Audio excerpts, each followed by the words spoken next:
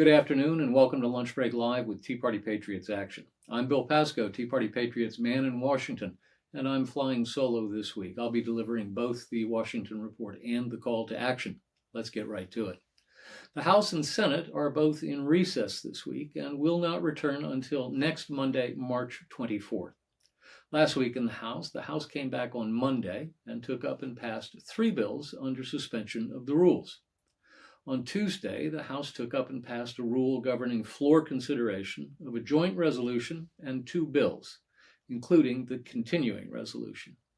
Then the House took up and passed H.R. 1156, the Pandemic Unemployment Fraud Enforcement Act. Then the House took up and passed H.R. 1968, the Full-Year Continuing Appropriations and Extensions Act of 2025, about which we will speak more in a moment. Then the House took up H.J. Res. 25, a Congressional Review Act resolution of disapproval of the rules submitted by the Internal Revenue Service relating to gross proceeds reporting for brokers that regularly provide services effectuating digital asset sales. And then they were done. Last week in the Senate came back on Monday and voted to confirm Lori Chavez-DeRemer to serve as Secretary of Labor.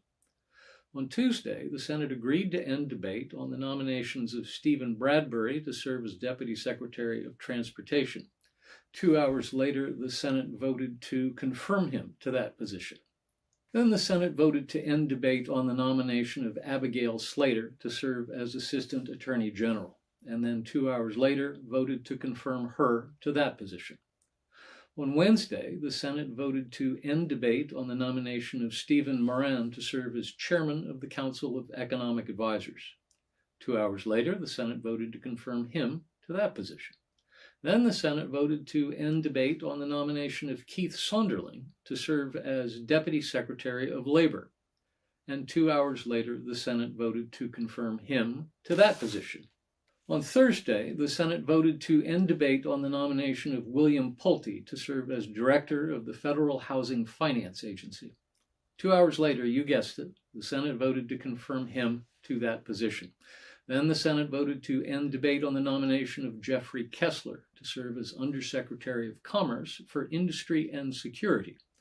2 hours later, the Senate voted to confirm him to that position. Then the Senate voted to end debate on S-331, the Halt Fentanyl Act. On Friday, the Senate voted to end debate on the nomination of Stephen Feinberg to serve as Deputy Secretary of Defense. 2 hours later, the Senate voted to confirm him to that position. Then the Senate, by a vote of 62 to 38, agreed to end debate on H.R. 1968, the continuing resolution, about which we will speak more in a moment. Then the Senate considered and rejected 4 amendments in a row. Then, by a vote of 54 to 46, with 2 Democrats crossing party lines and 1 Republican voting no, the Senate passed the continuing resolution. Then the Senate voted to end debate on the nominations of John Phelan to serve as Secretary of the Navy and Christopher Landau to serve as Deputy Secretary of State. And then they were done. Now let's talk about the agenda. House and Senate will not return until next Monday. Here's a heads up on at least some of what will be on the agenda in the House when they return. Next week, the House will consider at least 2 Congressional Review Act resolutions of disapproval. The House will consider the Deterrent Act offered by Representative Michael Baumgartner of Washington. The bill tightens the disclosure requirements for U.S. colleges and universities that receive funds from foreign governments. A similar bill passed in the 118th Congress with votes from 31 Democrats. Then we get to the resolutions of disapproval. H.J. Res. 24, offered by Congresswoman Stephanie Bice of Oklahoma, and H.J. Res. 75, offered by Congressman Craig Goldman of Texas. That one would overturn energy conservation regulations for commercial refrigerators and freezers.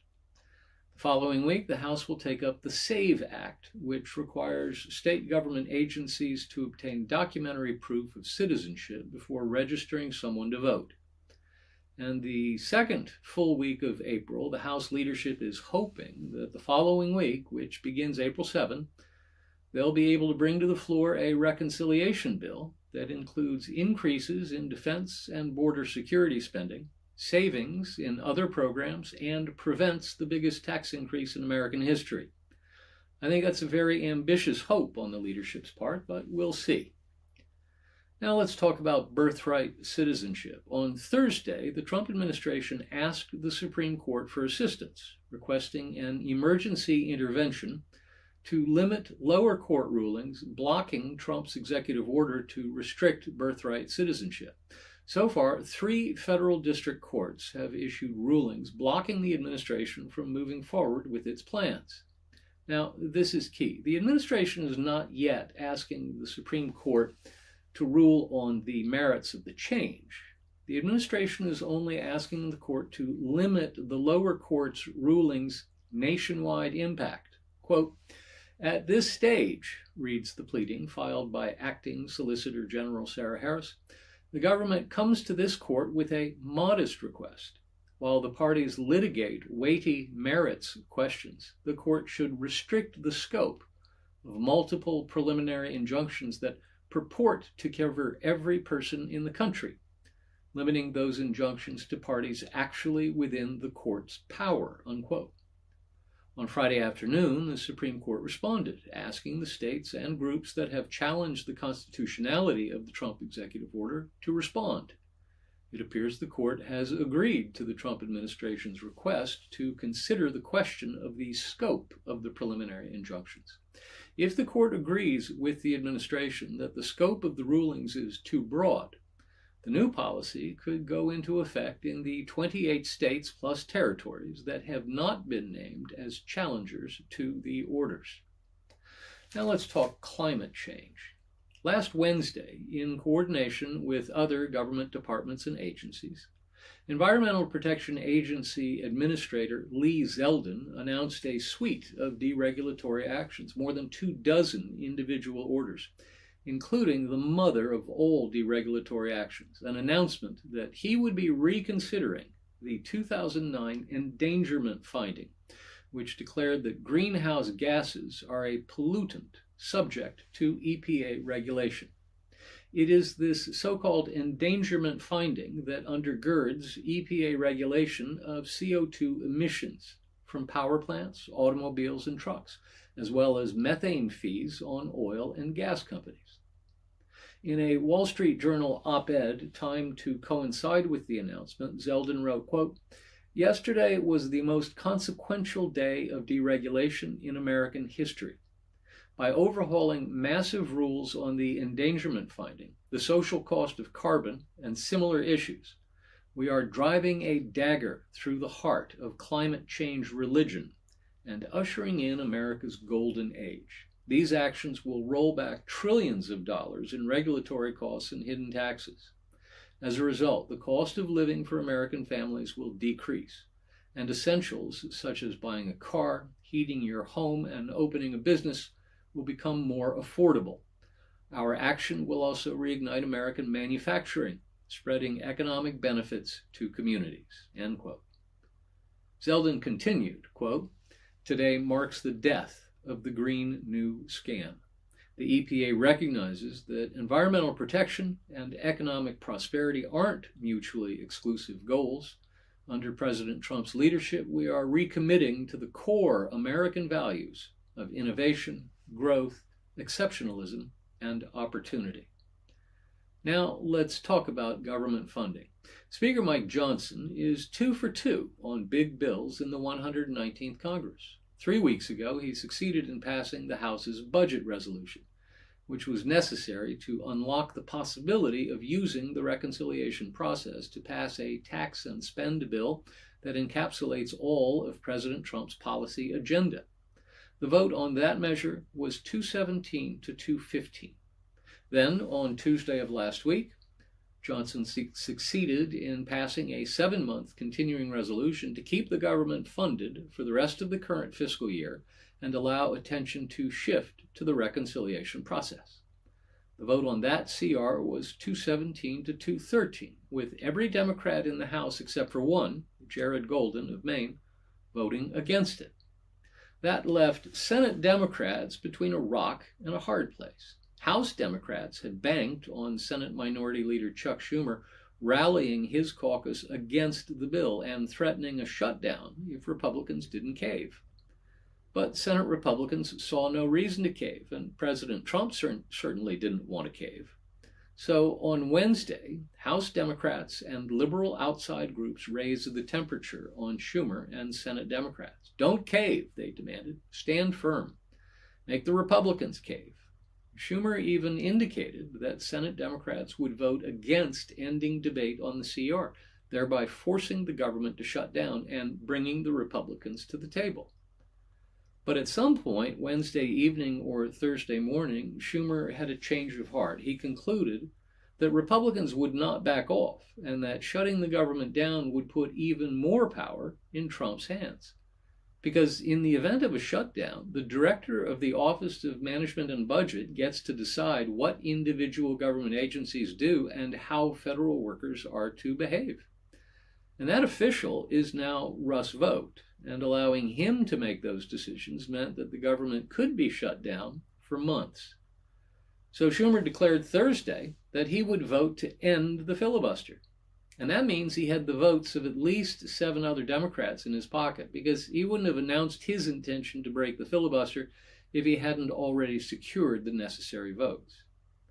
House Democrats were enraged. Minority Leader Hakeem Jeffries was so angered that he drove back from the House Democrats' issues retreat in Leesburg, Virginia, an hour outside D.C., just so he could hold a press conference inside the Capitol to express his anger and dismay at Schumer's decision.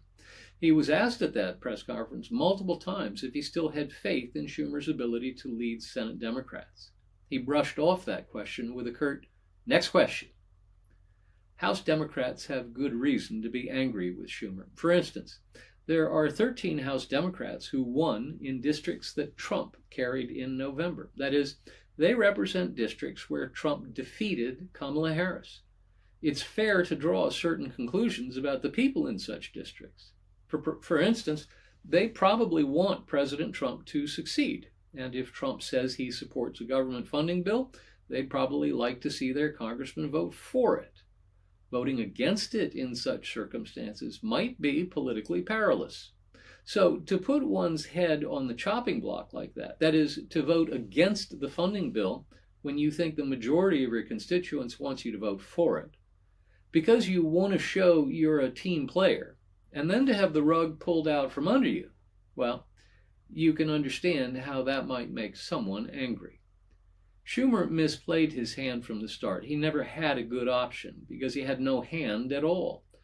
It turns out Schumer's a rotten poker player. One of the first rules of poker is if you don't have a decent hand, you fold that hand as soon as you can, before you have to throw anything more than the ante into the pot.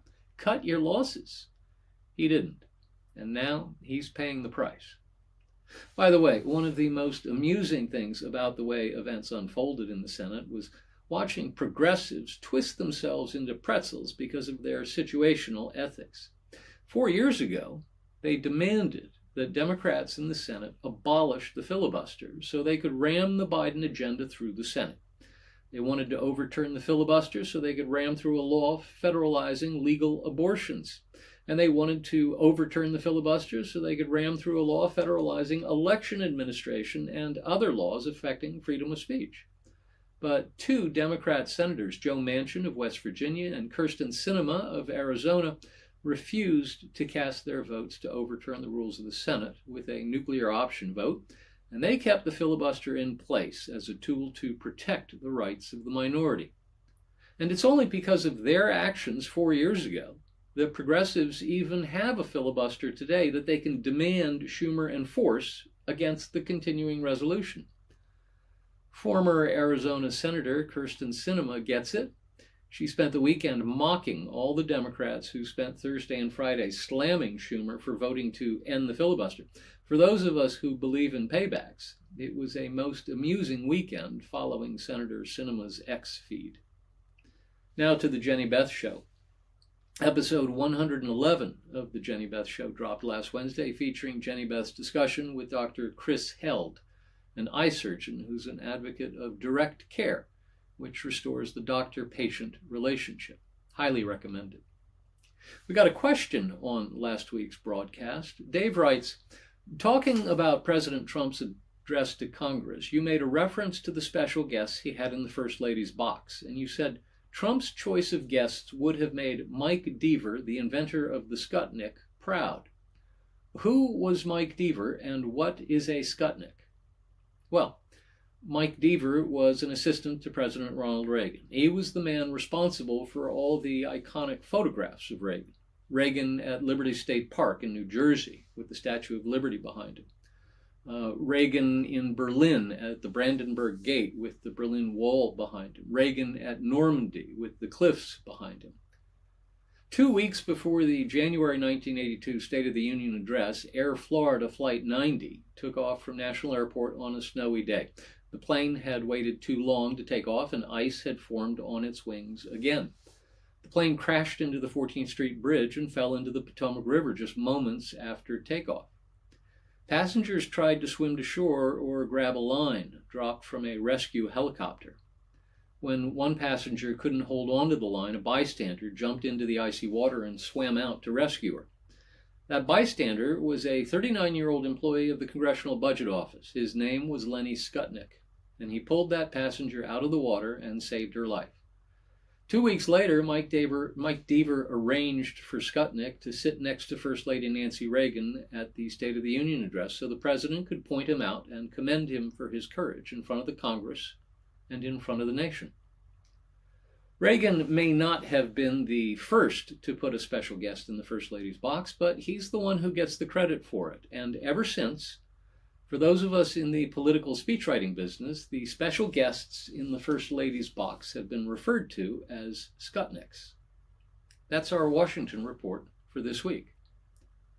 Now to the call to action. Congress is in recess this week, and we've got a toolkit for you. Just go to the front page of our website at teapartypatriots.org and click on the Take Action link. You'll find the toolkit with all kinds of guidance on how to make the best use of the recess to move the Trump agenda forward. You'll find guidance on how to write a letter to the editor, how to attend a town hall meeting, how to get in touch with your members of Congress, how to organize sign-waving events, and the like.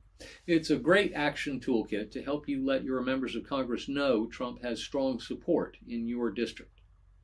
That's our broadcast for this week. Thanks for tuning in, and please share this broadcast with your friends on Facebook. As always, if you want to reach out to us, just send an email to jenny.beth@teapartypatriots.org.